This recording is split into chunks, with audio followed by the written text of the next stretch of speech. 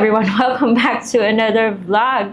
So today, isa na namang loan app ang bibigyan natin ng pansin, guys. Aba, yung loan app na to, kakaiba siya. Happy Peso, Pera, Cash Loan App. Iba to kaysa sa Happy Cash, ha? Iba yon.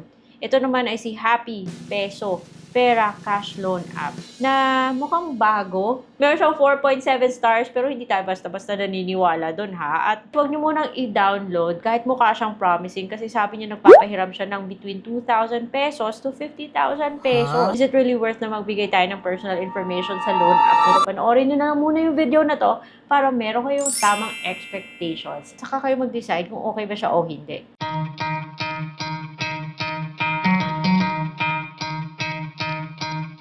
Channel, it's Ate Red here, the original na Utang Queen. At today, meron naman tayong bagong loan app na kikilatisin, guys. Kaya bago nyo siya i-download, panoorin nyo na lang muna yung video na to. And let me share kung ano man yung mga na-observe ko. So this video is not sponsored at end. Kung hindi pa kayo subscribe, please consider subscribing to this channel because dito pinapakita ko sa inyo kung okay ba yung loan app o hindi. Or kung gusto nyo makahanap ng mga legit na mga loan apps, please check these videos. But for now, mag-concentrate muna tayo dito sa kay Happy Peso. So, sabi nga niya, 2,000 to 50,000 pesos yung pwede niyang ibigay or ipahiram. Siyempre, pag first time tayo, di ba, mag-i-expect tayo na dun tayo sa pinakamababang credit limit. Pero okay ba yung offer niya? Review quickly daw. Safe and authentic, okay? Huwag basta-basta maniwala kahit na sinasabi niya meron siyang 4.7 stars. Parang obvious na kahit hindi pa tapos yung evaluation or credit evaluation niya sa'yo, humihingi na siya ng review. Kaya nga may nakasabi dito na change after the result daw. Parang nakalimutan na mag-update yata kung sino mo yung sumulat nito. Anyways, guys, itong loan app to, it's operated by Ishad Hari Lending Corporation. Siyempre, yung gagawin natin, i-check natin yung list of recorded online lending platforms dun sa website ni SEC, which by the way, is updated as of August 30, 2024. Masus-surprise kayo, guys, pag napunta kayo dun sa Happy Peso Privacy Policy. After nyo kasi i-download yung app, di ba, magbibigay kayo ng phone number tsaka maglalagay kayo ng code. But before you do that, guys, i-click nyo muna yung privacy policy kasi pag nag-login kayo, para na rin kayo nag-a-agree dyan. At lumabas, registration ng loan app na to ay under sa kay Kivico. Kivico, ha? Yung loan app na dati na nating na-feature dito dahil hindi ko gusto yung terms niya. Tapos ginamit pa yung video ko, ha, without my permission. So parang red flag na to sa so basta, now you know na under siya sa kay Kivico. O ayan, si Kivico is registered pero not very good, at least based on my experience. Anyway, so guys, ito yung mga i-collect niya. Kasama na doon yung mga ID, personal information, kung ano man nasa cellphone nyo. Kaya take note. So, magla-login ka or mag-start ka by giving an active mobile number and magpapadala siya ng verification code.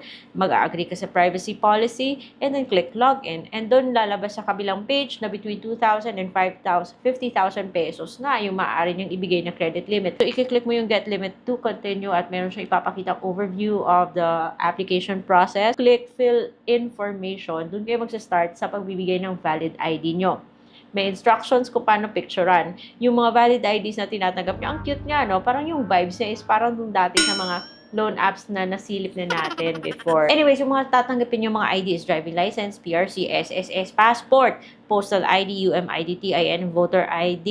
Pero pwede ring national ID, pwede ring pag-ibig tsaka health card. Pag-isipan ng mabuti, guys, kung ibibigay niyo yung mga ganitong IDs sa kanya, ha. So, pipicturean mo yan, magsi-selfie ka. Follow mo lang instructions sa pagkuha ng ID tsaka pag-selfie. And then, education, marital state, number of credit card. Hihingin niya rin yan. Email, and then company name, company address, company number, and your profession. So, hihingi po siya ng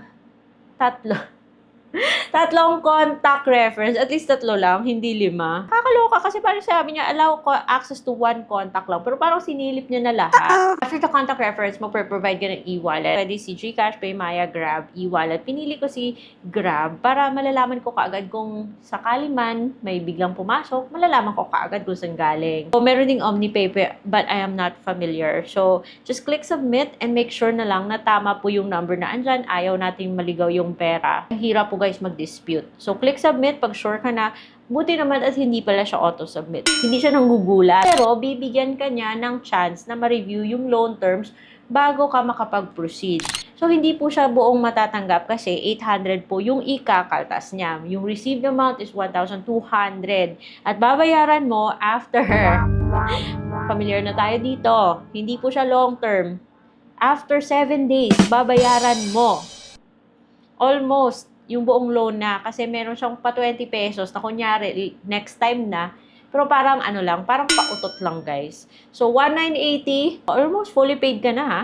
Babayaran mo after 7 days. On a loan na meron siyang advance na ikakaltas, 800. Matatanggap mo 1,200 lang. So kung ayaw mo ng ganyang term, naku pakiusap, huwag niyong i-confirm. Huwag niyong i-take. Huwag kayong pumayag na padalhan kayo ng 1,200, babayaran niyo ng 1,980 or 2,000. Kasi kalokohan yan. Pero buti naman guys na ngayong loan app na to, meron po siyang option na mag-delete. At sabi niya, pag magpapadelete ka, sasabihin niyang deleting your account will permanently remove all your personal information, purchase history, messages, and other data, and this action cannot be undone. Please ensure that you have backed up.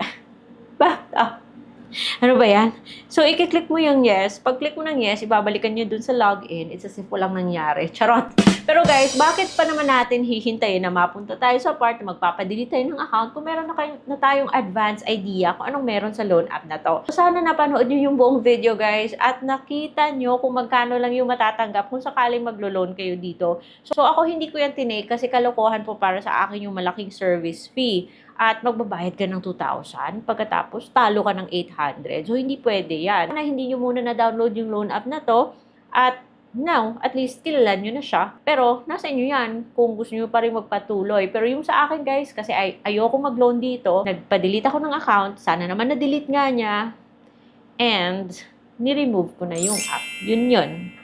So, by the way guys, yung ano pala, yung code pala niya nanggaling pala dun sa sa Binance. Charot. Na yun din yung nagpadala ng code nung nag-apply tayo dun sa kay ganitong mga loan apps. So, guys, if meron kayong mga loan apps na gusto nyong pasilip, let me know in the comment section below. Or try nyo munang i-search dito sa channel kung nagawan ko na siya ng video. Or kung may mga pagbabago man, let me know as well. Chikahan nyo ako, guys, para masilip natin ulit. Kung hindi pa kayo subscribe, guys, please subscribe to my channel because ang dami nyo pong matututunang mga practical knowledge dito. And for now, guys, bye-bye na muna. I will see you on my next vlog.